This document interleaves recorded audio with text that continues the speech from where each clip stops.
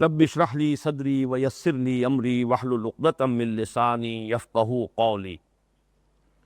اللہم ربنا الہمنا رشدنا واعذنا من شرور انفسنا۔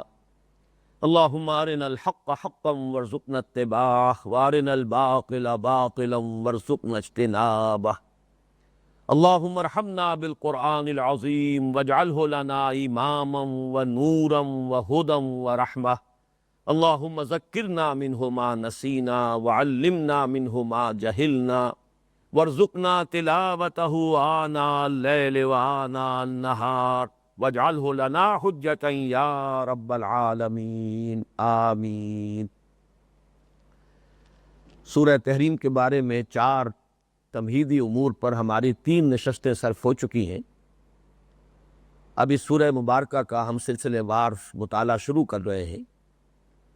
لیکن ایک بات مزید نوٹ کر لیجئے کہ اس سورہ مبارکہ کا اصل عمود کیا ہے۔ سورہ طلاق کے ساتھ اس کی مناسبت، اس جوڑے کے 2 افراد کے مابین جو مناسبت ہے معنوی، وہ اس سے پہلے بیان ہو چکی ہے، لیکن اپنی جگہ پر ہر سورت کا ایک عمود ہوتا ہے۔ اس سورہ مبارکہ کا عمود کیا ہے اس کو معین کر لیجئے،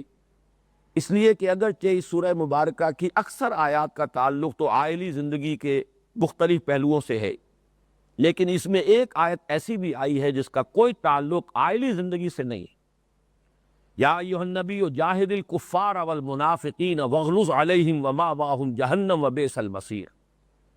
بظاہر تو معلوم ہوتا ہے کہ بالکل ان مل بے جوڑ سی بات ہو گئی کہ کہاں عائلی معاملات، کہاں ازواج مطہرات سے متعلق بعض مباحث، کہاں اہل و عیال کے ضمن میں ایک مثبت رول جو ہے، جو ذمہ داری ہے اس کا ذکر ہے، پھر یہ کہ بیویوں کے لیے کچھ نمونے دیے گئے ہیں آخر میں سورہ مبارکہ کے، اہل ایمان کے لیے جو فرعون کی اہلیہ حضرت آسیہ اور حضرت مریم سلام علیہا ان کا ذکر ہے، کافر عورتوں کے لیے حضرت نوح کی بیوی اور حضرت لوط کی بیوی ان کا ذکر ہے، لیکن بیچ میں ایک آیت آئی ہے، یا ایھا النبی جاہد الکفار والمنافقین واغلظ علیہم ومأواہم جہنم وبئس المصیر۔ اس کا تعلق کیا ہے؟ عمود معین ہو جائے گا تو اس کا رب بھی واضح ہو جائے گا۔ عمود کیا ہے؟ عمود یہ ہے کہ انسان کی اپنی شخصیت میں نرمی، شفقت، رأفت، رحمت، یہ ایک پسندیدہ فعل ہے، اچھی بات ہے، اچھی چیز ہے، پسندیدہ وصف ہے، لیکن اس کی بھی ایک حد ہے۔ حد سے بڑھی ہوئی نرمی، اعتدال سے بڑھ کر نرمی، یہ بھی در حقیقت بہت سے مفاسد کو جنم دیتی۔ اہل و عیال کے ضمن میں آپ کی نرمی بڑھ جائے گی، اس سے بھی مفاسد پیدا ہوگے۔ اسی طرح منافقین کے ضمن میں، کافروں کے ساتھ آپ کا معاملہ نرم ہوگا، اس سے بھی مفاسد پیدا ہوں گے۔ تو گویا کہ نرمی، شفقت، رافت، رحمت یہ مطلوبہ اوصاف ہے، لیکن ایک حد تک، ایک حد پر آ کر یہ پسندیدہ چیز بھی نتیجے کے اعتبار سے منفی نتائج پیدا کر سکتی ہے۔ اسی طرح بیویوں کی رضا جوئی، ان کے احساسات کا لحاظ اور پاس کرنا، ان کے جذبات کا خیال رکھنا، ان کی دلجوئی کرنا، ان کے ساتھ نرمی کی روش اختیار کرنا پسندیدہ وصف ہے۔ اس کی بہت مختلف طریقوں سے تشویق اور ترغیب جو ہے احادیث کے اندر موجود ہے، لیکن اس کی بھی ایک حد ہے۔ تو گویا کہ یہ جو بات شروع ہو رہی ہے ازواج مطہرات سے متعلق بعض جو واقعات تھے ان کے حوالے سے، لیکن اصل بات کیا ہے کہ اگر آپ اس کو جنرلائز کریں گے تو یہ طبیعت کا ایک وصف تھا نبی اکرم صلی اللہ علیہ وسلم میں کہ آپ کی طبیعت میں رافت اور رحمت کا جذبہ جو ہے وہ غالب تھا، نرمی کا جذبہ غالب تھا۔ لیکن یہ ہے کہ یہی جذبہ ہے جو ایک حد سے آگے بڑھ کر اس سے کوئی نتائج ایسے بھی نکل سکتے ہیں کہ جو ناپسندیدہ، جیسا کہ آپ کو معلوم ہے کہ غزوہ بدر کے بعد جو اسیران بدر کے معاملے میں حضور کی رائے یہ تھی کہ ان کو چھوڑ دیا جائے بغیر فدیے کے۔ حضرت ابوبکر کی طبیعت کا بھی رنگ وہی تھا، اس میں بھی ان ارحم امتی بامتی ابوبکر، ارحم امتی بامتی ابوبکر، وہی رحمت، رافت، شفقت، طبیعت میں رقت حضرت ابوبکر کے بھی کامل عکس تھا حضور کے مزاج کا۔ لیکن یہ کہ آپ کو معلوم ہے کہ قرآن مجید نے تصویب کی ہے حضرت عمر کی رائے کی، واشدہم فی امر اللہ عمر، اللہ کے معاملے میں، اللہ کے دین کے معاملے میں سب سے زیادہ سخت جو ہے حضور کے صحابہ میں سے، آپ فرما رہے ہیں میرے صحابہ میں سے وہ عمر ہیں۔ تو یہ دونوں مزاج ہیں۔ تو پہلا مزاج جو ہے وہ حضور کی شخصیت میں بہت راسخ تھا، اس کا غلبہ تھا، اور وہ اہل و عیال کے ضمن میں بھی اس کا ظہور ہوا، اس پر گویا کہ یہاں حضور صلی اللہ علیہ وسلم سے گفتگو ہو رہی ہے۔ باقی یہ کہ یہی معاملہ وہ تھا جو منافقین کے ضمن میں بھی، وہ بھی حضور کی اس رحمت اور رافت اور شفقت اور آپ کے اندر جو مروت کا جذبہ تھا جو غالب تھا، اس سے غلط فائدہ اٹھاتے۔ اب آگے چلیے، اس سورہ مبارکہ سے ایک بات اور سامنے آئے گی کہ قرآن مجید کی بعض صورتیں یا بعض آیات ایسی ہیں کہ جن کا جب تک کہ کوئی شان نزول معین نہ ہو جائے مفہوم پورے طور سے اجاگر نہیں ہوتا۔ قرآن اپنے مفہوم میں خود مکتفی ہے، اس میں کوئی شک نہیں، لیکن بعض ایسے واقعات ہیں کہ جو سیرت کے ہیں اور جو واقعات تاریخی نوعیت کے، ان کی طرف اشارہ کر دیا گیا ہے قرآن میں، اس کی تفسیر کے لیے ہم محتاج ہیں حدیث کے اور روایات کے کہ جن سے ہمیں ان کا شان نزول معلوم ہو۔ اس اعتبار سے قرآن مجید کی، جیسا کہ سورہ قیامہ میں نے عرض کیا تھا، ثم ان علینا بیانہ، اس قرآن کا بیان بھی ہمارے ذمہ ہے، اور اس بیان کی ایک شکل یہ ہے کہ قرآن مجید میں ایک مقام پر کوئی چیز اگر مجمل آئی ہے یا مبہم آئی ہے تو دوسرے مقام پر اس کی تفصیل آ گئی ہے یا تشریح ہو گئی ہے، تبیین ہو گئی، لیکن مزید تشریح اور تبیین یہ حدیث نبوی کے ذریعے سے ہوئی۔ اب آئیے ان دو باتوں کے بعد آغاز کرتے ہیں۔ یا ایھا النبی لما تحرم ما احل اللہ لک، اے نبی صلی اللہ علیہ وسلم کیوں حرام کرتے ہیں آپ وہ شے جو اللہ نے آپ کے لیے حلال کی ہے؟ تبتغی مرضات ازواجک، آپ چاہتے ہیں اپنی بیویوں کی رضا جوئی، دل جوئی، اس کے لیے یہ کر رہے ہیں۔ واللہ غفور الرحیم، اور اللہ غفور ہے اور رحیم ہے۔ اس آیت میں سب سے پہلے تو یہ نوٹ کیجئے، لما تحرم بظاہر تو ایک سوال ہے، لیکن جیسا کہ میں نے بارہ عرض کیا ہے، استفہام جو ہے وہ مختلف چیزوں کے لیے آتا ہے۔ استفہام تقریری بھی ہے، استفہام انکاری بھی ہے۔ یہاں پر بھی یہاں استفہام مراد نہیں ہے، بلکہ ٹوکنا مقصود ہے کہ یہ کام صحیح نہیں ہے، آپ کو یہ کام نہیں کرنا چاہیے۔ لما تحرم، کیوں حرام ٹھہراتے ہیں؟ دوسری بات یہ نوٹ کیجئے کہ تحریم جو ہے یہ در حقیقت اصطلاحی معنی میں یہاں نہیں ہے۔ تحریم اصطلاحی معنی میں تو اس کے معنی ہوں گے کسی شے کو حرام ٹھہرا دینا شرعی اعتبار سے، فقہی اعتبار سے مستقلاً۔ یہ معاملہ میں مثال دے چکا ہوں کہ نکاح کے معاملے میں قرآن مجید نے حرام ٹھہرایا دو بہنوں کو ایک نکاح میں جمع کرنا، یہ حرام ٹھہرایا۔ ان تجمعوا بین الاختین، دو بہنوں کو جمع کر لو ایک نکاح میں۔ ہاں، ایک اگر بہن فوت ہو گئی ہے تو پھر اس کی ہمشیرہ سے شادی ہو سکتی ہے، گویا کہ جو سالی تھی اس کے ساتھ نکاح ہو سکتا ہے، لیکن بیک وقت دو بہنیں نکاح میں نہیں رہ سکتی۔ حضور نے اس کو ایکسٹینڈ کیا کہ اس میں پھوپھی اور بھتیجی کو جمع کرنا بھی حرام، خالہ اور بھانجی کو جمع کرنا بھی حرام۔ یہ ہے در حقیقت فقہی حکم، اور اس کی کوئی نفی قرآن میں نہیں آئی، تو گویا کہ یہ چیز جو ہے معین ہو گئی اور یہ ثابت ہو گئی، حضور کی اس حکم کی اللہ تعالیٰ کی طرف سے توثیق ہو گئی۔ یہاں معاملہ در حقیقت فقہی حکم کا نہیں تھا، بلکہ کوئی شے جو کہ اصلاً حلال تھی، حضور نے اپنی بیویوں کے کچھ جذبات کا پاس کرتے ہوئے اس کو استعمال نہ کرنے کی قسم کھا لی۔ یہ صرف ذاتی طور پر ایک قسم کا کھا لینا ہے۔ لما تحرم سے مراد یہ نہیں ہے کہ انہوں نے کسی شے کو مستقلاً شریعت میں حرام ٹھہرایا جو اللہ نے جس کو حلال کیا ہو۔ اس کی ایک مثال ذہن میں رکھیے، حضرت یعقوب علیہ السلام کا معاملہ یہ تھا کہ انہیں طبعاً رغبت نہیں تھی اونٹ کے گوشت سے، وہ اونٹ کا گوشت نہیں کھاتے تھے۔ اس کا نتیجہ یہ نکلا کہ یہودیوں نے یہ سمجھا کہ یہ مطلقاً حرام ہے، اور اسی پر پھر اعتراض کیا گیا شریعت محمدی پر یہود کی جانب سے صلی اللہ علیہ وسلم کہ ایک حرام چیز جو چلی آ رہی تھی شریعت کے اندر، کہتے تو یہ ہے کہ وہی شریعت ہے موسیٰ کی شریعت، اسی اصلاً تو اسی کی گویا کا تسلسل ہے، لیکن یہ تو ہمیشہ سے حرام شے ہے، اس کو حلال کیسے ٹھہرا دیا؟ تو قرآن مجید نے اس پر چیلنج کیا، لاؤ تورات، کہاں لکھا ہوا کہ وہ حرام ہے؟ یہ تو اصل میں یعقوب نے علیہ السلام کیونکہ طبعاً رغبت نہیں تھی، اس کو استعمال نہیں کیا، تو لوگوں نے سمجھا یہ حرام ہے۔ تو اس میں نبی کی طرف سے اس بات کا امکان تھا کہ چاہے انہوں نے تو محض اپنے ذاتی استعمال نہ کرنے کی کسی شے کی قسم کھائی ہے، لیکن مغالطہ یہ ہو جائے کہ اسی کی بنا پر لوگ جو ہے، امت جو ہے، وہ اسے کوئی شرعی حکم سمجھ لے۔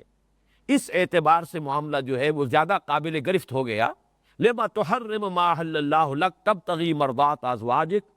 آپ چاہتے، ابتغاء کہتے ہیں کسی شے کو حاصل کرنے کی کوشش، یہ گویا کہ سبب ہے۔ یہ آپ نے ایک حلال چیز کو استعمال نہ کرنے کی جو قسم کھا لی ہے، اس کا اصل سبب یہ ہے کہ آپ اپنی بیویوں کی رضا جوئی چاہتے ہیں، آپ ان کی دلجوئی کرنا چاہتے ہیں، آپ ان کے جذبات کا پاس کرتے ہیں، تو یہ چیز جو ہے اصلاً تو پسندیدہ ہے، لیکن یہ کہ اس کی بنا پر جو شے اللہ نے اصلاً حلال قرار دی ہے اس کو استعمال نہ کرنے کی قسم کھا بیٹھنا، یہ آپ کے شایان شان نہیں۔ ایک عام مسلمان ایسی کوئی بات کر بھی لے تو اس کے اندر کوئی ایسی بڑی قباحت نہیں ہے، کوئی شے میں استعمال نہیں کروں گا، اس لیے کہ اس سے کوئی اس کا اندیشہ نہیں ہے کہ وہ کوئی مستقل حکم شرعی بن جائے گا، لیکن آپ کی حیثیت، آپ کا مقام، آپ کا مرتبہ، آپ شارع کی حیثیت رکھتے ہیں، تو آپ کا ہر فعل جو ہے وہ گویا کہ اس اعتبار سے بہت نپاتلا ہونا چاہیے کہ اس میں کہیں بھی شریعت کے حدود سے،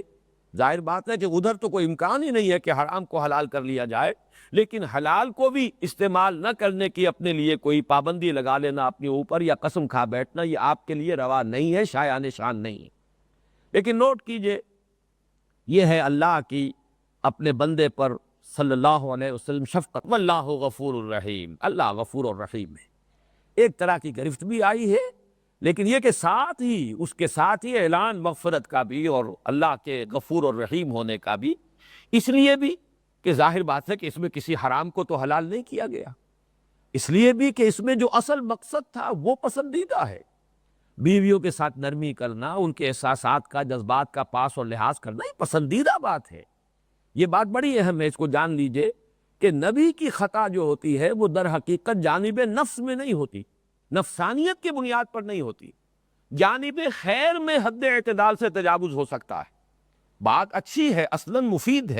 ہے، پسندیدہ ہے، معروف ہے، اچھی ہے، مطلوب ہے، لیکن اس میں بھی ہر شے کے اندر ایک حد ہوتی ہے۔ اس میں تو ہو سکتا ہے کہ کسی اچھی چیز میں حد اعتدال سے تجاوز ہو جائے، لیکن اس کا کوئی امکان نہیں ہے کہ نفسانیت کی وجہ سے یا معاذ اللہ ثم معاذ اللہ کسی بدنیتی کی وجہ سے یا نفس کے غلبے کی وجہ سے کوئی خطا جو ہے وہ نبی سے صادر ہو جائے۔ تو یہاں پر بھی وہ بات کہ ہے تو بات پسندیدہ، مطلوب شے ہے، بیویوں کے ساتھ یہ نرمی پسندیدہ شے ہے، لیکن یہ کہ اس معاملے میں آپ سے جو بھی فعل صادر ہو گیا ہے یہ آپ کے شایان شان نہیں۔ اب ظاہر بات ہے کہ اس قسم کی آیات میں جیسا کہ میں نے عرض کیا، ہمیں شان نزول کی طرف رجوع کرنا پڑتا۔ معاملہ کیا تھا؟ اس میں دو روایات ہیں کہ جو کثرت کے ساتھ آئی ہیں۔ ایک روایت جو ہے اگرچہ تفسیر کی کتاب، سیرت کی کتابوں میں تو اس کا خاصا چرچا ہوا ہے، لیکن صحائف ستہ میں یہ روایت موجود نہیں ہے۔ بعض جگہ پر اشارہ تو ایسا مل جاتا ہے کہ جس سے اس کی طرف بھی کوئی امکان پیدا ہو جائے، لیکن صراحت کے ساتھ یہ واقعہ کہیں صحاح کی جو 6 کتابیں حدیث کے مجموعے ان میں نہیں ہے، لیکن زیادہ چرچا اسی کا ہو گیا اس لیے کہ سیرت کی کتابوں میں اس قسم کے واقعات آ گئے۔ اور ایک وہ واقعہ ہے کہ جس کا ذکر جو ہے وہ صحیح احادیث کے اندر موجود ہے۔ وہ واقعہ کہ جس کا چرچا زیادہ ہے، اگرچہ وہ صحاح میں اس کا ذکر نہیں ہے، وہ ہے حضرت ماریہ قبطیہ کے بارے میں۔ حضرت ماریہ اور حضرت سیرین یہ 2 کنیزیں ہیں کہ جو حضور کی خدمت میں بھیجی تھی مقوقس نے۔ یہ پیٹریارک تھا اسکندریہ کا، مصر میں جو ہے اصل میں تو یہ رومن امپائر ہی کا گویا کہ مختلف حصے تھے، لیکن وہاں پر جو حکومت تھی اصلاً وہ جو ان کا ایک مذہبی رہنما اور پیٹریارک تھا اس کی حکومت مقوقس۔ حضور نے جب سن 7 ہجری میں خطوط لکھے ہیں، آپ کے نامہ مبارک گئے ہیں مختلف جو بھی حکمرانوں کے پاس، قیصر، کسریٰ، مقوقس، نجاشی، مختلف جو شیوخ تھے اور بحرین کا شیخ وغیرہ ان کے پاس، تو ان میں سے یہ مقوقس کا بھی معاملہ وہی تھا کہ جو ہرقل کا ہوا ہے۔ ہرقل نے بھی پہچان لیا تھا قیصر روم نے کہ یہ نبی ہیں، وہی نبی ہیں جن کی پیشین گوئیاں ہمارے ہاں موجود ہیں، لیکن مصلحت جو ہے پاؤں کی زنجیر بن گئی، ایمان وہ نہیں لایا۔ وہ یہ چاہتا تھا جیسے سن 300 عیسوی میں کانسٹنٹائن نے، قسطنطین جو تھا اس وقت کا رومن ایمپرر، اس نے جب عیسائیت اختیار کی تو این بلاک پوری سلطنت روما عیسائی ہو گئی۔ نتیجہ یہ ہو کہ نظام برقرار رہا، اس کی حکومت جو ہے اس کو کوئی نقصان نہیں پہنچا، اس کی شہنشاہی برقرار رہی۔ تو یہی چاہتا تھا ہرقل بھی کہ اگر یہ میرے تمام جو آیان سلطنت ہیں اور میرے تمام سپہ سالار ہیں اور یہ مذہبی پیٹریارکس ہیں، مختلف لوگ ہیں، بطریق ہیں، یہ سب کے سب کسی طریقے سے اگر ایمان لے آئے محمد پر صلی اللہ علیہ وسلم تو گویا کہ این بلاک ہو جائے گا یہ کنورشن، اور اس سے ہمارا نظام قائم رہے گا، میری بادشاہی برقرار رہے گی۔ یہ ہو نہیں سکا، وہ محروم رہ گیا۔ یہی مسئلہ ہوا ہے مقوقس کے ساتھ. اس نے خط لکھا حضور کو جواباً، بڑی عزت کی ہے. حضرت حاتم ابن ابی بلتع رضی اللہ تعالیٰ عنہ خط لے کر گئے تھے مقوقس کے پاس، احترام کیا، اکرام کیا، اور یہ بھی کہا کہ یہ تو میں توقع کر رہا تھا کہ کسی نبی کے ظہور کا وقت آ چکا ہے، لیکن میرا تو خیال یہ تھا کہ شام میں ظہور ہوگا. مجھے یہ گمان نہیں تھا کہ وہ جنوب کی طرف یہ صحرا میں ادھر ظہور ہو جائے گا. بس اتنی بات اس نے کہی. پھر ایک خط لکھا کہ میں آپ کی خدمت جو کو ہدیے بھیج رہا ہوں، وہ ایک سواری کے لیے بھی گھوڑا بھیجا ہے دلدل نام سے جو مشہور ہے، اور دوسرے یہ کہ 2 کنیزیں آپ کی خدمت میں بھیج رہا ہوں. یہ ہمارے ہاں اعلیٰ خاندان کی خواتین ہیں، یہ میں کوئی گھٹیا خواتین جو ہے ان کو نہیں بھیج رہا ہوں. راستے میں حضرت حاتم بن ابی بلتع نے انہیں اسلام کی تبلیغ کی، وہ دونوں ایمان لے آئی. حضور کی خدمت میں پہنچی. حضور نے ایک کو سیرین کو، وہ تو حضرت حسان ابن ثابت کو عطا کر دیا، اور یہ حضرت ماریہ، یہ میری در حقیقت ماریہ کہلاتی ہے، اس لیے کہ عربی میں یہ تلفظ ماریہ ہے اور وہ انگریزی میں میری ہے. ماریہ قبطیہ، کیونکہ کاپٹک، میری دی کاپٹک، کیونکہ آئی تھی وہاں سے مصر سے، اور وہاں کا جو مذہب تھا،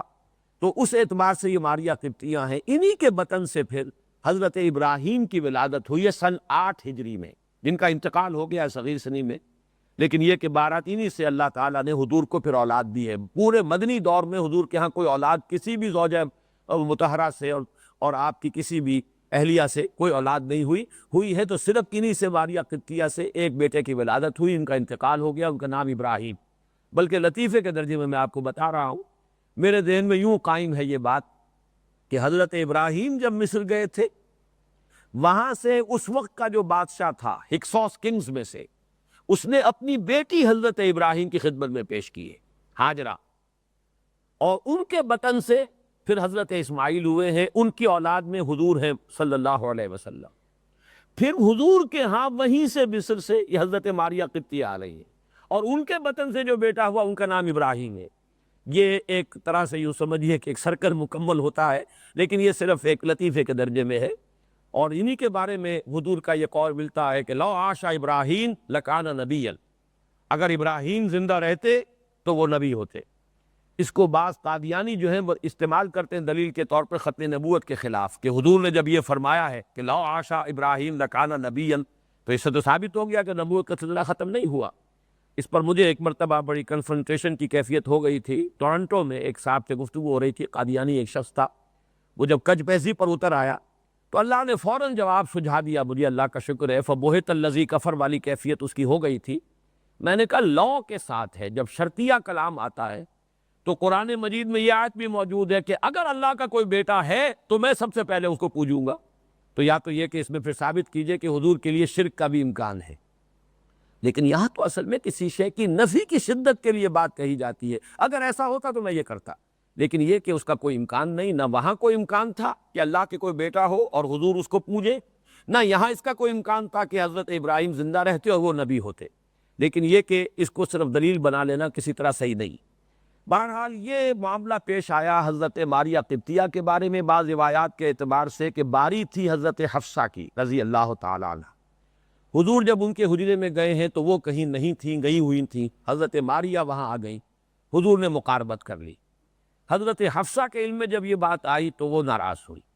تو حضور نے پھر اس پر قسم کھا لی. ہو سکتا ہے کہ حضرت ماریہ چونکہ بہت حسین تھی، مصر سے آئی تھی. حضرت عائشہ کہتی ہیں کہ حضور کی کسی اور بیوی سے مجھے غیرت کا احساس نہیں ہوا، لیکن یہ کہ ماریہ کے آنے کو میں نے بھی محسوس کیا، اس لیے کہ وہ نہایت حسین و جمیل. تو یہ ایک احساس ہے خواتین کا، ایک فطری اور طبعی احساس ہے، اس میں کوئی بات جو ہے قباحت والی نہیں ہے. تو ہو سکتا ہے کہ سبھی کے ذہنوں میں ایسی بات ہو اور حضور نے پھر قسم کھا لی ہو کہ میں ماریہ سے، یعنی ماریہ قبطیہ سے اب یہ تعلق جو ہے، تعلق ازدواج یا جو بھی زن و شو کا معاملہ ہے وہ میں نہیں کروں گا. ایک رائے یہ ہے روایت کے اعتبار سے کہ بیویوں کی رضا جوئی کے لیے تبتغی مرضات ازواجک، ایک شے کہ جو حلال ہے، جیسا کہ میں اس سے پہلے بیان کر چکا ہوں، ما ملکت ایمانکم، یہ مستقل ایک ہے شعبہ کے قرآن مجید میں، جو ہمارا پہلا درس تھا اس تیسرے حصے کا، اس میں بھی دونوں مقامات پر آیا ہے. الا علی ازواجہم او ما ملکت ایمانہم فانہم غیر ملومین، تو اس میں ملامت کا کوئی پہلو ہے نہیں. دوسرا معاملہ جو ہے وہ زیادہ جو ہے روایات کے اعتبار سے قوی ہے، اور وہ معاملہ ہے حضور کا ایک معمول تھا کہ عصر اور مغرب کے درمیان آپ ایک چکر لگاتے تھے تمام ازواج مطہرات سے مزاج پرسی کے لیے۔ اب فرض کیجئے 7 8 9 بھی ایک وقت جو ہے حضور کے عقد میں رہی ہیں، تو یہ کہ اب باری تو آ رہی ہے، 9ویں دن آئے گی شب باشی کا معاملہ، لیکن روزانہ ایک ملاقات، مختصر ملاقات، تو آپ عصر مغرب کے درمیان چند چند منٹ کے لیے تمام ازواج کے ہاں جاتے تھے۔ اس میں ایسا ہوا کہ ایک مرتبہ حضرت زینب بنت جحش رضی اللہ تعالی عنہا کے ہاں کہیں سے شہد آ گیا۔ وہ شہد حضور کو پیش کیا، انہوں نے تناول فرمایا، اس میں کچھ معمول سے زیادہ وقت لگ گیا۔ اس پر اب وہ رشک تو ہے، بہرحال حضور کے ازواج مطہرات بھی آخر عورت تھیں، عورتوں کے اندر رشک تو ہوتا ہے کہ یہ معمول کے خلاف حضور نے حضرت زینب کے ہاں زیادہ وقت جو ہے لگانا شروع کر دیا ہے۔ کئی دن متواتر ایسا ہو گیا کہ وہ شہد پیش کرتی ہیں، یہ شہد کھا رہے ہیں، حضور تناول فرما رہے ہیں، نتیجتاً وقت زیادہ لگ گیا۔ تو حضرت عائشہ اور حضرت حفصہ رضی اللہ تعالی عنہما، حضرت عائشہ حضرت ابو بکر کی صاحبزادی ہیں، حضرت حفصہ یہ حضرت عمر کی صاحبزادی ہیں، اور جو مقام و مرتبہ صحابہ میں ان دونوں کا ہے صاحبین، اس لیے کہ وہ تو معاملہ جو ہے گویا کہ دائیں بائیں جو ہے حضور کے ہمیشہ یہی ہوتے تھے۔ حضور جب بھی فرماتے ہیں ذهبت انا و ابو بکر و عمر، میں گیا وہاں اور ابو بکر بھی گئے، عمر بھی گئے، تو ہر جگہ پر یوں سمجھیے کہ نائبین کی حیثیت ان دونوں کو حاصل تھی۔ اس کی بنا پر ان دونوں کو گویا کہ ازواج مطہرات میں بھی کچھ ایک رتبہ حاصل تھا، انہیں خود بھی احساس ہوگا اور دوسری ازواج کو بھی احساس ہوگا۔ اس اعتبار سے ان دونوں نے یہ آپس میں طے کیا کہ جب حضور ہمارے یہاں آئیں گے تو ہم یہ کہہ دیں گے کہ آپ کے منہ سے کچھ بو آ رہی ہے۔ اصل میں شہد جو ہے اس کا معاملہ ہوتا یہ ہے کہ جس علاقے کا شہد ہوگا وہاں جو جڑی بوٹیاں ہوتی ہیں اور اسی سے شہد کی مکھیاں جو ہیں وہ اب کشید کر رہی ہیں، تو اس کی کوئی نہ کوئی جو ہے، اگر کسی میں کوئی ہیک جسے ہم کہتے ہیں، کوئی بسان یا کوئی اس طرح کی ہلکی سی کوئی بو ہے تو وہ شہد میں بھی آ جاتی ہے۔ تو مغافیر ایک بوٹی کا نام ہے، اور اس سے جو شہد کشید ہوتا تھا یا اس علاقے سے جو شہد آتا تھا اس میں وہ ہلکی سی بسان ہوتی تھی، تو غالباً یہ شہد جو ہے اسی نوعیت کا تھا۔ تو ان دونوں نے کہا کہ ہم یہ کہیں گے، تو جب یہ بات ہوئی تو حضور نے قسم کھا لی کہ یہ معاملہ اس طرح سے ہوتا رہا، میں قسم کھاتا ہوں کہ وہ شہد استعمال نہیں کروں گا۔ بہرحال یہ دونوں واقعات جو ہیں یہ دونوں کا ہی امکان موجود ہے۔ جیسا کہ میں نے عرض کیا صحاب میں تو یہ دوسری روایت ہے، پہلی نہیں ہے۔ البتہ بعض روایات میں اشارہ ایسا نکلتا ہے کہ جس سے اس کی طرف بھی کچھ نہ کچھ اس کے اندر بھی وزن پیدا ہو جاتا ہے۔ دونوں چیزیں اصلاً مباح، اس پر جب حضور نے قسم کھا لی تو اب گویا کہ اللہ تعالیٰ کی طرف سے یہ آپ کو ٹوکا جا رہا ہے، یا ایھا النبی لما تحرم ما احل اللہ لک تبتغی مرضات ازواجک واللہ غفور الرحیم۔ اے نبی کیوں آپ حرام کر رہے ہیں؟ اب یہاں میں اضافہ کر رہا ہوں اپنے اوپر، اس لیے کہ یہ حرام کر دینا جو ہے مستقل شریعت کے ضابطے اور قانون کے اعتبار سے نہیں تھا، کیوں اپنے اوپر حرام کر رہے ہیں وہ شے ما احل اللہ لک، جو اللہ نے آپ کے لیے حلال کی ہے۔ مل کے یمین سے تمتع کرنا یہ بھی جائز ہے، حلال ہے، فإنہم غیر ملومین۔ اسی طریقے سے یہ شہد کا کھانا یہ بھی حلال شے ہے، اس کا استعمال کرنا اس پر کوئی پابندی نہیں ہے۔ لیکن یہ کہ چونکہ ایک تو یہ کہ شفقت حضور کا مقام، پھر خاص طور پر یہ کہ جذبہ محمود ہے، تبتغی مرضات ازواجک، یہ جذبہ جو ہے یہ کوئی ناپسندیدہ نہیں ہے بلکہ جذبہ محمود ہے، لیکن صرف یہ کہ تھوڑا سا حد اعتدال سے تجاوز ہو گیا ہے۔ واللہ غفور الرحیم، اللہ غفور الرحیم ہے۔ قد فرض اللہ لکم تحلۃ ایمانکم، اللہ نے مقرر کر دیا ہے تمہارے لیے اپنی قسموں کا کھولنا، حلال کرنا۔ حل کہتے ہیں کسی شے کو کھول دینا، عقد کہتے ہیں باندھنا، اسی لیے ارباب حل و عقد جو کسی ادارے میں، کسی قوم میں، کسی معاشرے میں جو لوگ فیصلہ کن اہمیت کے حامل ہو، وہ جس چیز کو چاہے کھول دے، جس چیز کو چاہے باندھ دے، تو حل و عقد کہلاتا ہے یہ۔ تو حل جو ہے اس کے معنی ہے کھول دینا، تو تحلۃ ایمانکم اپنی قسموں کا کھول دینا۔ یہاں میں ذرا یہ عرض کر دوں کہ اس میں بہت بڑا تسامح ہوا ہے مولانا امین حسن اصلاحی صاحب سے، اور انہوں نے ترجمہ کر دیا اللہ نے فرض کر دیا ہے تم پر اپنی قسموں کا کھولنا۔ یہ بڑا غلط ترجمہ ہے، فرض لک آیا ہے یہاں، قد فرض اللہ لکم، اگر یہاں علا ہوتا تو کسی شے کی فرضیت ہوتی، یہاں ہے فرض اللہ لکم، اللہ نے تمہارے لیے مقرر کر دیا ہے۔ اس سے مراد ہے کہ اللہ ایک قاعدہ دے چکا ہے، قانون آ چکا ہے، یہ سورہ مائدہ کی، چنانچہ باقی تمام مترجمین نے ترجمہ یہ کیا ہے۔ اللہ نے تمہارے لیے راستہ مقرر کر دیا ہے، طریقہ کھولنے کا۔ قسموں کو اگر کھولنا ہو تو اس کے لیے کفارے کی شکل اللہ جو ہے وہ طے کر چکا ہے۔ چنانچہ یہ سورہ مائدہ کی آیت نمبر 89 کے اندر یہ پورا قاعدہ بیان ہو چکا ہے۔ وہاں فرمایا گیا کہ کچھ تو لغو قسمیں ہوتی ہیں جو انسان بغیر کسی ارادے کے ایسے ہی، عربوں میں خاص طور پر چونکہ یہ تقیہ کلام ہے، واللہ باللہ کے بغیر ان کا جملہ کوئی شروع ہی نہیں ہوتا، ہر جملے سے پہلے واللہ یا باللہ ہوگا، تو یہ در حقیقت قسم کھانے کے لیے نہیں ہوتا، یہ ان کا ایک اسلوب کلام ہے، انداز گفتگو ہے۔ اس کو تو کہا گیا ہے تو لغو ہے، اس پر تو اللہ تم سے مواخذہ نہیں کرے گا۔ لیکن جو تم ارادہ کر کے قسم کھا لو، اب اس کو اگر کھولو گے تو اس کا کفارہ ہے۔ تو یہ ہے در حقیقت جو سورہ مائدہ کی آیت نمبر 89 میں پورا قانون دیا جا چکا ہے، اس کی طرف اشارہ ہو رہا ہے۔ اور یہ بھی سامنے آ جائیے کہ اس سے یہ معین ہو رہا ہے کہ اس سورہ مبارکہ کا زمانہ نزول کب کا ہے؟ سورہ مائدہ کے بعد، اس لیے کہ وہاں یہ در حقیقت قاعدہ قانون جو ہے کفارے کا وہ بیان کیا جا چکا ہے۔ تو قد فرض اللہ لکم، یہ لام اور علا کا استعمال جو ہے اکثر و بیشتر یہ نظر انداز ہو جاتا ہے۔ میں نے بارہ عرض کیا ہے کہ یہ دو جو حروف جار ہیں ان سے معنی میں زمین و آسمان کا فرق واقع ہو جاتا ہے۔ القرآن حجت لک او علیک، اب یہاں پر قرآن تمہارے حق میں حجت ہے یا تمہارے خلاف حجت؟ یا تمہارے خلاف دلیل بنے گی،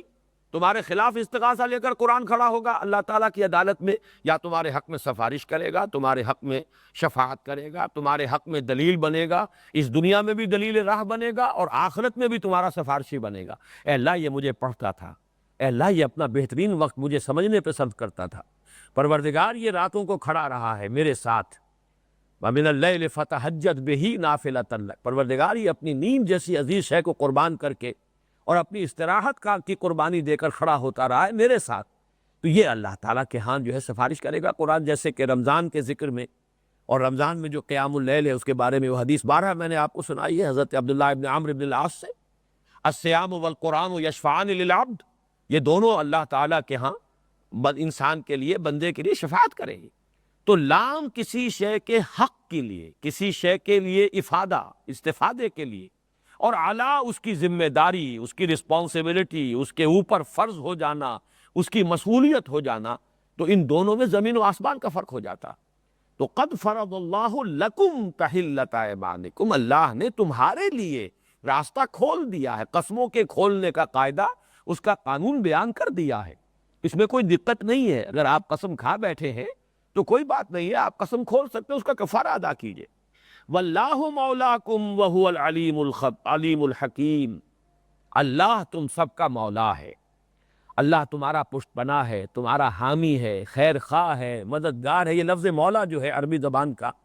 واقعہ یہ ہے کہ ہماری زبان کے یہ سارے الفاظ جو میں نے استعمال کیے ہیں جمع کیے جائیں تب کہیں جا کے یہ مفہوم جو ہے اس سے ادا ہوتا ہے لفظ مولا کا۔ تو ہوا مولاکم، تمہارا مددگار، تمہارا حامی، تمہارا پشت پناہ، تمہارا خیر خواہ۔ اور اس میں اشارہ کیا جا رہا ہے کہ اللہ تعالیٰ گرفت بھی کرتا ہے اگر، تو اس کی گرفت بھی تمہاری مصلحت کے لیے۔ اللہ نے تم پر کوئی ذمہ داریاں ڈالی ہیں تو اس میں بھی تمہاری مصلحت ہے۔ اللہ نے کوئی چیزیں حرام کر دی ہیں تمہارے لیے تو اس میں بھی تمہاری بہتری ہے۔ اللہ تعالیٰ تو غنی ہے، واللہ غنی عن العالمین، تمام جہانوں سے وہ بے پرواہ ہے، وہ بے نیاز ہے، اسے کوئی احتیاج نہیں ہے۔ واللہ مولاکم وہو العلیم الحکیم، وہ علیم اور حکیم ہے۔ جو بھی اس نے احکام دیے ہیں شریعت کے، جو بھی اس نے نظام دیا ہے تمہیں، چاہے وہ آئلی نظام ہو، چاہے وہ معاشرتی نظام ہو، چاہے وہ جو معاشی احکام ہیں حلت اور حرمت کے، وہ سب کے سب جو ہے اللہ تعالیٰ کے علم کامل کی بنیاد پر ہیں، اللہ تعالیٰ کی حکمت بالغہ کی بنیاد پر ہیں۔ علم کامل اور حکمت بالغہ، ان دونوں کو سمجھنا چاہیے کہ منبع اور سرچشمہ ہے ان احکام شریعت کا۔ تو قد فرض اللہ لکم تحلۃ ایمانکم واللہ مولاکم وہو العلیم الحکیم، وہ علیم ہے اور حکیم ہے۔ اب آئیے تیسری آیت کی طرف۔ وَإِذْ أَسَرَّ النَّبِيُّ إِلَىٰ بَعْضِ أَزْوَاجِهِ حَدِيثًا، اور جب کہ ایک بات راز کے طور پر کہی نبی نے اپنی ازواج میں سے کسی کو، بعض ازواجہ حدیثہ ایک بات، یہاں ذرا نوٹ کر لیجئے یہ اسرہ یسر اسراراً، کیونکہ میرا یہ نام ہے اس کے حوالے سے ذرا اس کی تھوڑی سی وضاحت ہو جائے۔ اسرہ یہاں آیا ہے الا، اسرہ اگر بغیر الا کے ہوگا تو کسی شے کو چھپانا، اسرہ الا کسی کو کچھ چھپا کر بتانا، بطور راز بتانا، خفیہ طور پر بتانا، تو اسرار کا جو لفظی معنی ہے وہ یہی ہے، کسی شے کو چھپانا یا کسی شے کو بطور راز کسی کو بتانا، خفیہ طریقے پر کسی کو اطلاع دینا بطور راز کے۔ لیکن اس میں ایک بات یہ ہے کہ یہ ان چند الفاظ میں سے عربی زبان کے کہ جن میں دو مفہوم متضاد بیک وقت موجود ہوتے۔ لفظ اسرار کا اصل مفہوم تو یہی ہے، لیکن جو باب افعال کا خاصہ ہے، سلب ماخذ اسے کہتے ہیں، جیسے فلوس پیسہ، افلاس کہتے ہیں پیسہ نہ ہونے کو، اسی طریقے سے طاقت، اطاقت کہتے ہیں کسی کی طاقت نہ ہونے کو، اطاقت باب افعال سے جب آئے گا، وہ علی الذین یطیقونہ فدیۃ طعام مسکین، اگر وہ لوگ جو ہے روزہ رکھنے کی طاقت نہیں رکھتے، چاہے وہ مرض کی وجہ سے ہے، چاہے یہ شیخ فانی ہے، اتنا بوڑھا ہو چکا ہے، اتنا ضعیف ہے کہ اس بات کا اندیشہ ہے کہ روزہ رکھے گا تو کہیں اس کی موت واقع نہ ہو جائے، تو وہاں پہ یطیقونہ در حقیقت اس معنی میں آیا ہے کہ جن کے اندر یہ کیفیت موجود نہیں ہے، طاقت نہیں ہے، تحمل نہیں کر سکتے روزے کا، تو اطاقت جو ہے باب افعال سے آیا ہے سلب ماخذ کے طور پر۔ اسی طرح اسرار کے معنی ہے کسی راز کا فاش کر دینا، یہ بھی اس مفہوم بیک وقت موجود ہے۔ یہ ایک زمانے میں جب وہ سن 82-83 کا معاملہ ہے، میرے سے متعلق بہت سی کنٹروورسیاں پریس میں، نہ صرف اس ملک کے پریس میں بلکہ انٹرنیشنل پریس میں بھی بہت سی باتیں چل رہی تھی، اس وقت میرے نام پر بھی ایک بحث چھیڑ دی گئی تھی یہاں اخبارات میں، تو اس وقت پھر خود مجھے جو ہے تحقیق کرنی پڑی، تو لسان العرب کو جب میں نے کھول کر دیکھا تو پھر مجھے ایک طرح کی خوشی ہوئی کہ یہ تو لفظ بہت جامع ہے جو اللہ نے مجھے نام کے طور پر اپنے والدین کے ذریعے سے عطا کیا ہے، کہ اس میں دونوں معنی موجود ہے، خفیہ بھی بتانا اور علی الاعلان بتانا، راز کو فاش کر دینا۔ اس راز کو ایک مرد قلندر نے کیا فاش، تو راز کا فاش کر دینا جو ہے وہ بھی اس لفظ کے مفہوم میں داخل ہے۔ بہرحال یہاں یہ لفظ آیا ہے اذ اسر النبی الی بعض ازواجہ حدیثا، ایک اور واقعہ ہو رہا ہے، اور اس واقعے کے پس منظر میں بھی یہ ہے کہ حضور کی نرمی، شفقت، رافت، رحمت کی وجہ سے ازواج مطہرات میں ایک ایسی کیفیت پیدا ہو گئی تھی، میں بہت محتاط لفظ استعمال کرنا چاہتا ہوں اس لیے کہ مولانا مودودی نے بعض الفاظ استعمال کیے اور اس میں واقعتاً بھی ذرا ان سے یعنی بے احتیاطی ہو گئی، اور پھر بعض علماء نے ان کے خلاف مورچہ لگایا انہی الفاظ پر۔ ایک تو انہوں نے لفظ شوخی استعمال کر لیا کہ حضرت عائشہ یا اور دوسری بعض ازواج جو ہیں وہ کچھ شوخی برت لیتی تھی حضور کے ساتھ۔ ایک لفظ زبان درازی بھی استعمال کر لیا، زبان درازی کا لفظ میرے نزدیک شوخی کا لفظ جو ہے وہ تو اتنا ثقیل یا نامناسب نہیں ہے، اس لیے کہ ہمیں اصل میں سمجھنا چاہیے کہ یہ معاملات جو ہوتے گھریلو زندگی کے اندر، شوہر اور بیوی کے معاملات، میں نے یہ کئی مرتبہ بات بیان کی ہے کہ ہمارا جو رشتہ ہے حضور کے ساتھ، ہم اس پر قیاس نہیں کر سکتے صحابہ کے رشتوں کو۔ ہمارا تو ایک ہی رشتہ ہے، آپ اللہ کے رسول، ہم آپ کے امتی، اور تو دوسرا رشتہ کون سا ہے؟ لیکن صحابہ کا کیا تھا؟ حضرت ابوبکر امتی بھی ہے، خسر بھی ہے، خسر باپ کی جگہ ہوتا۔ حضرت عمر امتی بھی ہے اور خسر بھی ہیں۔ حضرت عباس امتی ہونے کی حیثیت سے حضور کے تابع ہے، تابع فرمان ہے، اطاعت لازم ہے، جو بھی امتی کا کام ہے وہ کرنا ہے، لیکن چچا ہونے کے اعتبار سے باپ کے درجے میں۔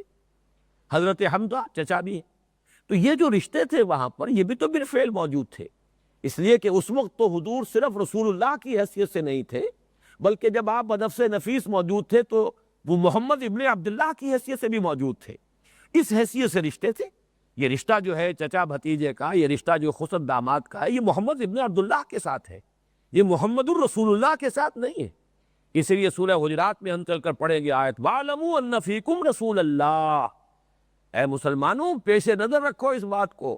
چاہے یہ تمہارے بھتیجے ہیں، چاہے یہ تمہارے داماد ہیں، اور اے نبی کی بیویوں چاہے یہ تمہارے شوہر ہیں، لیکن ان کی یہ حیثیت ہمیشہ سامنے رکھو کہ یہ اللہ کے رسول ہیں۔ کہیں ایسا نہ ہو کہ دوسری حیثیتوں کی وجہ سے تم کچھ ایسا طرز عمل اختیار کر لو جس سے وہ طرز عمل مجروح ہو جائے کہ جو بحیثیت ایک امتی کے ہونا چاہیے۔ تو یہ معاملہ جو ہے صحابہ کرام کے لیے، اور جو آپ کے زیادہ قریبی قرابت دار تھے ان کے اعتبار سے بڑا نازک معاملہ تھا۔ تو اب شوہر اور بیوی کا معاملہ ایسا ہوتا، آخر بیوی ہے، ان کا جو تعلق ازدواجی ہے، ان کا جو بھی آپس کا جو تعلقات ہیں، آخر وہ سارے کے سارے ان کے کچھ تقاضے ہیں، دل جوئی بھی ہے، اور جیسا کہ میں بارہ عرض کر چکا ہوں گھریلو زندگی کے اندر محبت کی چاشنی مطلوب ہے، دلداری، دل جوئی یہ مطلوب ہے، پسندیدہ ہے۔ حضرت عائشہ فرماتی ہے کہ حضور ہمارے مابین بیٹھے ہوتے تھے، پیار محبت کی باتیں ہوتی تھی، جو ہمارا تصور خشک زاہد خشک کا ہے، حضور کی آئلی زندگی اس طرح کی نہیں تھی، بلکہ اس میں باہمی محبت کا، دلجوئی کا، یہ سارے معاملات جو ہے تمام و کمال موجود تھے۔ اس کی بنا پر کسی بیوی کا کوئی طرز عمل کسی وقت ایسا ہو جانا جس کو ہم شوخی کے لفظ سے تعبیر کریں، یا یہ کہ اگر بہت ہی محتاط رہنا ہے تو غیر محتاط رویہ ہو جانا، یہ گویا کہ یہ بالکل قرین قیاس ہے، یہ بعید از قیاس نہیں۔ لیکن یہ چیز بھی در حقیقت ایک حد تک تو ہو سکتی تھی جو گوارا کی جا سکے، لیکن ایک معاملے میں جو طرز عمل سامنے آیا ہے وہ ایسا تھا کہ جس پر گرفت کی جا رہی ہے۔ پہلے گرفت کی گئی حضور پر، یا ایھا النبی لما تحرم ما احل اللہ لک تبتغی مرضات ازواجک۔ اب یہاں پر گرفت ہو رہی ہے ازواج مطہرات پر، کہ حضور کی نرمی کی وجہ سے، شفقت کی وجہ سے، رافت و رحمت کی وجہ سے، پیار محبت کی وجہ سے ان میں اگر کچھ انداز ایسا ہو رہا تھا، جیسے ہمارے ہاں کہا جاتا ہے ناز والے نیاز کیا جانے، اب ایک انداز ہوتا ہے بیوی کا، بیوی کسی وقت جو ہے ناراض بھی ہو جاتی ہے شوہر سے، کبھی کوئی آپس میں جس کو آپ روس جانا کہتے ہیں، روٹھ جانا، یہ بھی ہو جاتا ہے۔ یہ آخر گھریلو زندگی میں سارے معاملات ہوتے ہیں، شوہر روٹھ گیا ہے، یہ کبھی بیوی جو ہے کسی درجے میں کوئی چیز جو ہے وہ گراں گزری ہے تو طبیعت میں اس کے وہ رد عمل پیدا ہو گیا، یہ نارمل معاملات ہیں انسانی زندگی کے، اور ہمیں حضور کی زندگی کو بھی اسی پر رکھنا چاہیے کہ آپ نے ایک مکمل انسان کی حیثیت سے زندگی بسر کی، مکمل ترین انسان، یعنی انسان کے جو بھی تقاضے ہو سکتے ہیں بھرپور طریقے پر محمد رسول اللہ صلی اللہ علیہ وسلم کی حیات طیبہ اور سیرت مطہرہ میں نظر آتے ہیں۔ بلکہ یہاں میں اشارہ کر دوں کہ شاہ ولی اللہ دہلوی رحمۃ اللہ علیہ نے، یہ میرا جو اس جمعے کو مضمون چھپا تھا کل ہی، اس میں اس کی طرف اشارہ موجود ہے نوائے وقت میں، کہ انہوں نے کچھ اقسام بیان کی ہیں لوگوں کی۔ یہ تو چونکہ میں بہت ہی تفصیل کے ساتھ بات واضح کر چکا ہوں، لہذا اس میں مجھے اس وقت زیادہ وضاحت کی ضرورت نہیں ہے، کہ انسانی شخصیت دو شخصیتوں کا مجموعہ ہے، ایک اس کا روحانی وجود، ایک اس کا حیوانی وجود۔ شاہ ولی اللہ نے اس کے لیے ملکیت اور بہیمیت یہ الفاظ استعمال کیے۔ ملک فرشتہ، ہمارا روحانی وجود جو ہے وہ گویا کہ ملکیت ہے ہمارے اندر، اور ہمارا جو حیوانی وجود ہے بہیمیت، بہائم کہتے ہیں حیوانوں کو، تو گویا کہ انسان میں یہ دونوں چیزیں موجود ہیں، ملکیت اور بہیمیت۔ اور شیخ سعدی کا شعر میں نے وہ اپنے اس کتابچے میں بھی لکھا ہے عظمت صوم میں، اور بارہا بیان بھی کیا ہے کہ آدمی زیادہ طرفہ معجون است از فرشتہ سرشتہ وز حیوان۔ یہ انسان جو ہے آدم زاد یہ عجیب معجون ہے، معجون مرکب ہے، اس میں فرشتہ بھی موجود ہے، حیوان بھی موجود ہے، تو ملکیت بھی ہے، بہیمیت بھی ہے۔ تو شاہ صاحب نے انسانوں کی قسمیں بیان کی ہے۔ کچھ ایسے لوگ ہوتے ہیں جس کی ملکیت بڑی قوی ہوتی ہے لیکن بہیمیت کمزور ہوتی ہے، یہ لوگ بھی دنیا میں کوئی زیادہ کام نہیں کر سکتے، نیک تو ہوں گے، جب ملکیت ہے، فرشتے ہونے کا پہلو غالب ہے تو نیک تو ہوں گے، لیکن کوئی کام کار ہے نمایاں نہیں سر انجام دے سکتے۔ ایک وہ لوگ ہیں جن کی بہیمیت بہت قوی ہے، ملکیت جو ہے وہ بہت کمزور ہے، تو وہ تو پھر حیوانی سطح پر زندگی گزاریں گے، وہ تو ظاہر بات ہے کہ وہ تو نفس امارہ اوپر غالب رہے گا۔ کچھ وہ لوگ ہیں کہ جن کے یہ دونوں ہی پہلو کمزور ہوتے ہیں، وہ گویا کہ نہ اس پہلو سے نمایاں ہوں گے نہ اس پہلو سے نمایاں ہوں گے۔ دنیا میں کام کسی نے اگر کیا ہے تو وہ جن کی ملکیت بھی قوی ہو، بہیمیت بھی قوی ہو۔ یہ در حقیقت مرکب ہے، یہ سواری ہے جس پر کہ ہماری روح سواری کر رہی ہے۔ گھوڑا اگر کمزور ہے تو راکب غریب کیا کرے گا؟ راکب بھی قوی ہو اور گھوڑا جو ہے، مرکب جو ہے وہ بھی قوی ہے، تب ہے کہ جو شہ سوار جو ہے وہ اپنی شہ سواری کا مظاہرہ کر سکے گا۔ البتہ ملکیت کو حاوی ہونا چاہیے بہیمیت پر، وہ قابو یافتہ ہو، وہ پوری طریقے سے اس کی لگام جو ہے اس نے اپنے قابو میں رکھی ہوئی ہو، اس کے اشارے پر وہ گھوڑا دوڑتا ہو، لیکن گھوڑا اپنی جگہ پر طاقتور ہونا چاہیے۔ اس اعتبار سے حضور صلی اللہ علیہ وسلم جو میں نے عرض کیا تھا، آپ کے اندر یہ دونوں پہلو بہت قوی تھے، اور اسی لیے آپ نے ایک مکمل اور بھرپور انسان کی زندگی گزاری ہے اس دنیا کے اندر جو گزاری ہے۔ اسی اعتبار سے آپ کی خانگی زندگی کا معاملہ ہے، اور اس میں آپ کی نرمی اور شفقت کی وجہ سے جو ازواج مطہرات میں، اور بالخصوص یہ دو حضرت حفصہ اور حضرت عائشہ رضی اللہ تعالیٰ عنہما، ان میں کچھ یہ پہلو جو ہے ذرا زیادہ جسارت یا جرأت کہہ لیں، اس میں کبھی میرے خیال میں شوخی کا لفظ تو جو ہے کوئی بہت زیادہ سخت نہیں ہے، اگرچہ یہ کہ حضور کا معاملہ ہے، اب زبان لڑکھڑاتی ہے کہ ہم کیا لفظ استعمال کریں، ازواج مطہرات کی شان میں کیا لفظ استعمال کریں، لیکن بہرحال جو واقعہ ہے اس میں یہ کہ کچھ نہ کچھ تو ہے جس کے لیے قرآن مجید نے آخر اتنے اہتمام کے ساتھ بات بیان کی ہے۔ اس میں ایک مسئلہ جو بہت اہم ہے وہ تو اب اگلی نشست میں بیان ہوگا، وہ بڑی اہمیت کا حامل ہے، لغت کا مسئلہ ہے، اور لغت ہی کا نہیں ہے، اس سے در حقیقت کچھ لوگوں نے بڑی بنیاد بنا لیا ہے ازواج مطہرات کی شان میں گستاخی کرنے کے لیے، اور وہ خاص طور پر اہل تشیع کا معاملہ ہے جنہیں ازواج مطہرات سے تو ایک طرح کی قد ہے، سوائے حضرت خدیجہ الکبریٰ رضی اللہ تعالی عنہ۔ ویسے تو اگرچہ میرا اپنا خیال بھی یہ ہے کہ تمام ازواج مطہرات میں بلند ترین رتبہ حضرت خدیجہ الکبریٰ کا ہے، بلکہ جو مقام مردوں میں حضرت صدیق اکبر کا ہے، ابو بکر کا رضی اللہ تعالی عنہ، وہی مقام خواتین میں حضرت خدیجہ کا ہے رضی اللہ تعالی عنہا۔ اسی لیے ان کے نام کا جز بن گیا ہے خدیجۃ الکبریٰ۔ کبریٰ اکبر کا مؤنث ہے، صدیق اکبر اور الصدیقۃ الکبریٰ۔ لیکن یہ کہ بہرحال باقی ازواج کا اپنا اپنا مقام ہے۔ حضرت عائشہ کا بہت بلند مقام ہے، فقہائے صحابہ میں شمار ہے، معلمہ امت ہیں وہ، اور عائلی اور خانگی زندگی سے متعلق تو شریعت کے سارے احکام جو ہے اکثر و بیشتر انہی سے مرئی ہیں، اور پوری امت کی گویا کہ وہ معلمہ ہے۔ لیکن یہ کہ اہل تشیع کو چونکہ حضرت عمر سے بہت شدید قد ہے تو حضرت حفصہ سے بھی اتنی ہے، حضرت عائشہ چونکہ حضور کی بہت محبوب بیویوں میں سے تھیں، اور حضرت فاطمہ حضور کی صاحبزادی ہیں، اور یہ ہو جاتا ہے عمر کا زیادہ فرق و تفاوت ہے نہیں، تو کچھ نہ کچھ معاملہ گھریلو معاملات کا ہر انسان کو تجربہ ہے، کچھ نہ کچھ جو ہے اس میں فرکشن پیدا ہو جاتی ہے، وہ تھی موجود، اس بنا پر حضرت عائشہ سے بھی بہت دشمنی ہے۔ لیکن یہ کہ وہ تو بعد میں آئے گا، اس وقت صرف یہ ترجمہ کر لیجئے، وَإِذْ أَسَرَّ النَّبِيُّ إِلَىٰ بَعْضِ أَزْوَاجِهِ حَدِيثًا، اور یاد کرو جب کہ بطور راز بتائی ایک بات نبی نے اپنی بیویوں میں سے کسی کو، ایک کو، فَلَمَّا نَبَّأَتْ بِهِ وَأَظْهَرَهُ اللَّهُ عَلَيْهِ، جب اس نے اس کو ظاہر کر دیا، اس بات کو، راز کو راز نہیں رکھا، فاش کر دیا، اور اللہ تعالیٰ نے اپنے نبی کو اس پر مطلع فرما دیا، اظہرہ اللہ علیہ، اللہ نے وحی کے ذریعے سے نبی کو بتا دیا کہ آپ نے اپنی فلاں زوجہ کو، محترمہ کو، جو راز بتایا تھا وہ راز انہوں نے فاش کر دیا ہے، اور وہ راز کسی اور سے وہ راز کی بات کہہ دی ہے۔ عرف بعضہ واعرض عن بعض، تو حضور نے اب ذرا ایک طرح سے جواب طلبی کے انداز میں جتلا دیا، عرف جتلا دینا، یہ بڑا صحیح ترجمہ ہے، جتلا دی کچھ بات کہ ہمیں معلوم ہو گیا ہے کہ تم نے یہ بات راز نہیں رکھی، راز فاش کر دیا ہے، لیکن پوری بات نہیں کہی، اس کا کوئی جز تھا اس کو واضح کر دیا کہ ہمارے علم میں آ گیا ہے کہ یہ بات جو ہے